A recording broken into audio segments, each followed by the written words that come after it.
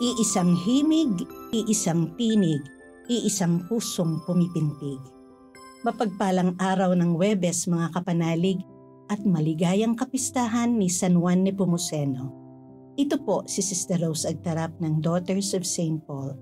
Tayo na't pagnilayan ang mabuting balita ngayon.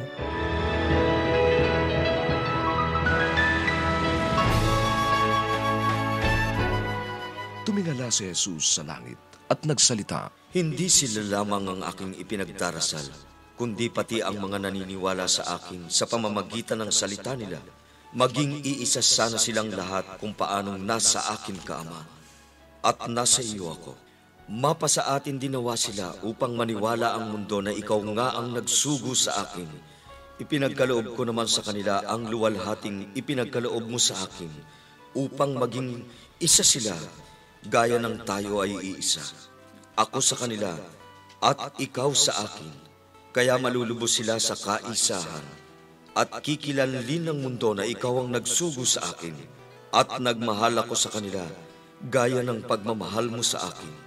Ama, sila ang ipinagkaloob mo sa akin, kaya niloloob ko na kung nasaan ako'y makasama ko rin sila, at makita nila ang kaluwalhatian kong kaloob mo sa akin, sapagkat minahal mo ako, bago pa man nagkaroon ng mundo. Makatarungang Ama, hindi kumilala sa iyo ang mundo. Kumilala naman ako sa iyo, at kinilala rin ng mga ito na ikaw ang nagsugo sa akin.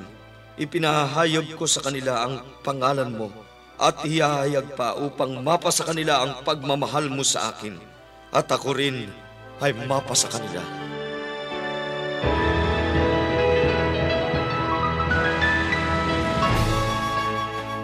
Sa ilang taon ko bilang conductor ng isang parish choir, ang isa sa mga pinakamahahalagang kasanayan dapat matutunan ng bawat miyembro ay ang unison singing o ang pagkakanta ng sabay-sabay ng iisang himig. Iba ang ganda at kilabot effect ng isang grupo ng magkakaibang mga tao at tinig ay nagkakaisa.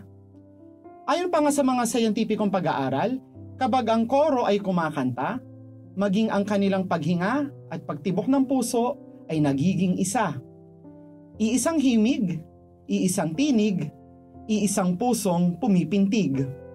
Ito mismo ang panalangin ni Jesus para sa lahat ng nananampalataya sa Kanya.